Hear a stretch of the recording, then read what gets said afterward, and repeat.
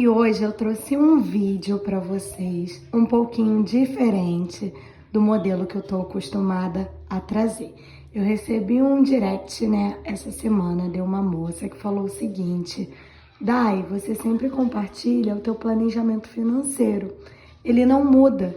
Será que para o próximo mês você poderia ensinar no passo a passo como montarmos um planejamento financeiro sem a sua realidade? Aí eu falei para ela que eu faria dessa forma, porque realmente, se eu fosse gravar agora o meu planejamento de julho, ele seria praticamente idêntico ao de junho, porque eu já atingi, uma certa equidade financeira, digamos assim, com relação à administração. Então eu sei dos meus gastos, dos meus ganhos, já tenho controle. Então, por essa razão, para o mês de julho, para esse planejamento, eu vou ensinar vocês a montarem o de vocês, claro, de acordo com a realidade de renda de cada um, tá bom? Então aqui, ó, como administrar meu salário, trouxe para vocês a opção que vocês podem estar adotando, ou utilizar um caderno, uma folha de ofício ou uma folha pautada, dessas de fichário mesmo, tá, gente? Eu, particularmente, gosto de usar essa aqui com linha, mas eu também tenho o meu caderno de controle. Quem ficar mais curioso, assista os vídeos aqui do canal, tá? Que eu explico tudo. Então, hoje eu vou utilizar aqui a folha pautada, vou estar guardando essas daqui, mas quem não tiver uma folha assim, pode utilizar a folha de ofício ou o caderno, que eu acho que fica até melhor para vocês se organizarem, tá bom? Para quem, já está aqui no canal há algum tempo, sabe que eu gosto de me organizar fazendo uso de post-its. E por quê? Para quem não sabe, post-its são essas fitinhas aqui coloridas, tá? Porque falar sobre dinheiro para algumas pessoas já é algo muito delicado, principalmente por conta da má administração dos seus ganhos. Então eu acho que a gente precisa, às vezes, dar uns estímulos para o nosso cérebro, sabe? Para tornar aquele momento que muitas vezes é tenso, é complicado, é delicado, mais leve. Então eu acho que um planejamento, quando é colorido, ele fica mais atrativo, mais interessante de ser feito. Você pode colorir ali, escrever, colorir com lápis de cor, marca texto, mas se você não tiver, também tá tudo bem. O importante é que você só vai conseguir organizar a sua vida financeira quando você colocar ela no papel, tá bom? Então a primeira coisa que a gente vai fazer aqui vai ser discriminar o valor. Então nós precisamos saber qual o nosso pagamento, sabe? Quanto a gente recebeu, quanto de renda entrou para nossa conta, para a partir de então fazer a administração, desse dinheiro. Então vou colocar aqui, ó. Aí vocês podem escrever entrada, salário, pagamento. Fiquem à vontade, tá bom? Eu vou escrever aqui salário.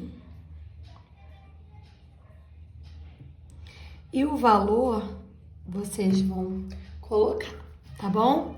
Agora, a primeira coisa que a gente vai fazer vai ser separar o dinheiro para nossa diversão. Por quê, gente? A pessoa trabalha o mês inteiro, sacrificante, Às vezes trabalha pra caramba, chega na hora do pagamento, dela separar o seu dinheiro, ela simplesmente fica sem nada para diversão. E aí o que ela acaba fazendo? Acaba comprometendo o cartão de crédito e outros recursos que estão à mão para que ela consiga, se recompensar por aquele mês de trabalho.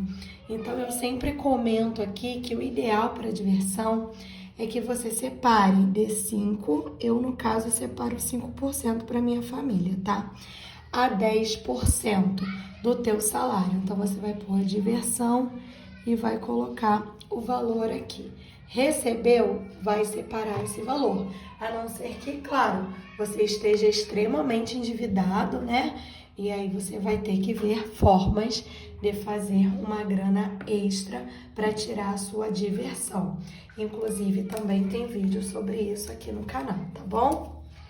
Em seguida, nós vamos falar sobre a famigerada reserva de emergência, que muitas pessoas acham, né, que nunca vão conseguir fazer, porque os valores são absurdos, né? 6 meses lá do teu padrão, né, de vida ali, claro, contas básicas, né, necessidades básicas.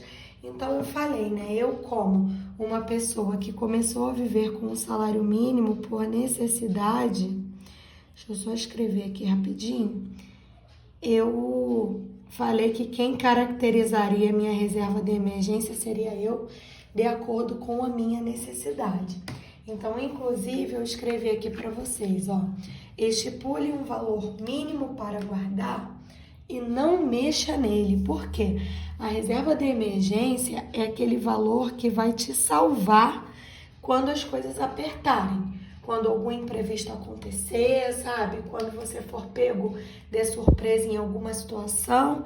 Então, vamos lá, que você tem estipulado R$ 20 para estar guardando para a tua reserva de emergência. Você vai realmente guardar esse dinheiro, tá? Não vale pegar para ir na festa, para pagar o Uber, para, sei lá, comprar hambúrguer para lanche, não vale. A reserva de emergência é realmente para uma emergência, tá bom? Em seguida, nós vamos fazer a separação, ó, das despesas inegociáveis. Dai, inegociável não seria fixa? Então, para mim não, porque quando a gente fala sobre dívidas fixas, os especialistas, né, as pessoas que estudaram isso, elas acabam não incluindo água, luz, porque elas consideram que elas são despesas estáveis.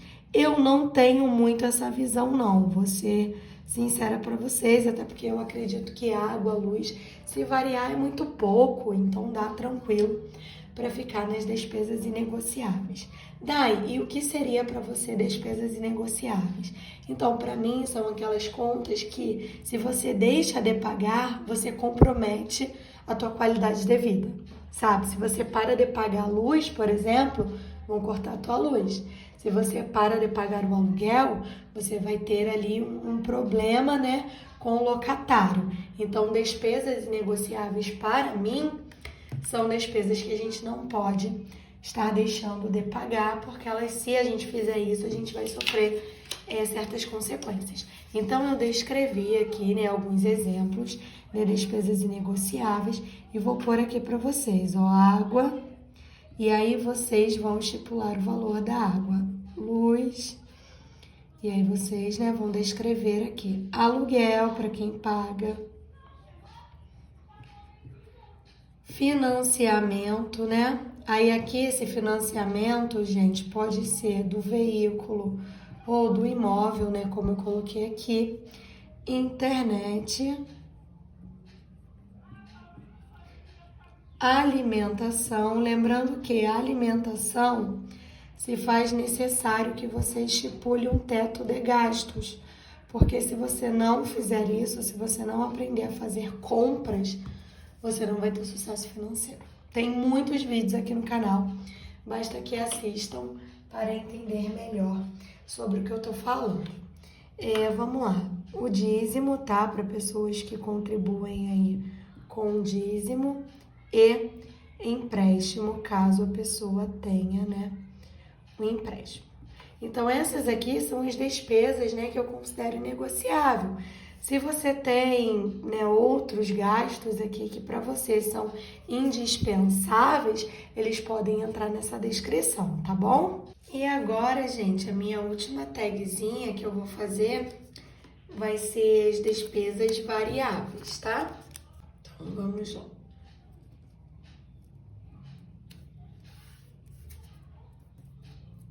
Despesas variáveis.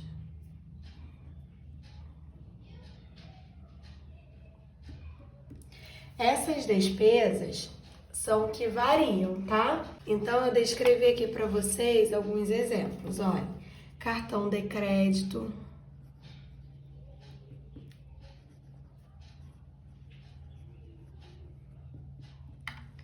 remédios, medicamentos, né?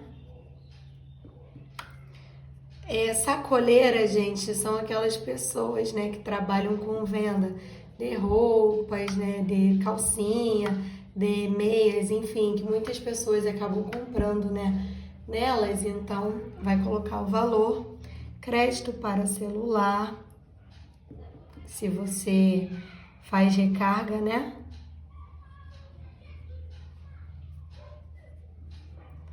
Alimentação extra. Essa alimentação aqui, gente, eu tô falando de um lanche, tá? De um passeio que você fez e acabou gastando um dinheirinho. Então, vai entrar nessa descrição aqui, ó. Lazer também, né? Se você foi ao cinema, se você foi ao shopping, se você comprou algo, né, que estivesse fora ali do teu padrão de gasto, né, do que você estipulou para tua diversão, vai entrar aqui nas despesas variáveis. Vou anotar aqui, ó, para vocês entenderem que é importante a gente estar discriminando o título, tá? Então aqui, ó, planejamento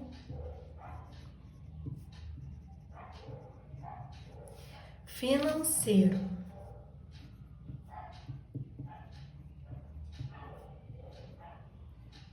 E aí vocês podem discriminar aqui o mês. Podem não, devem, né? Julho, tá?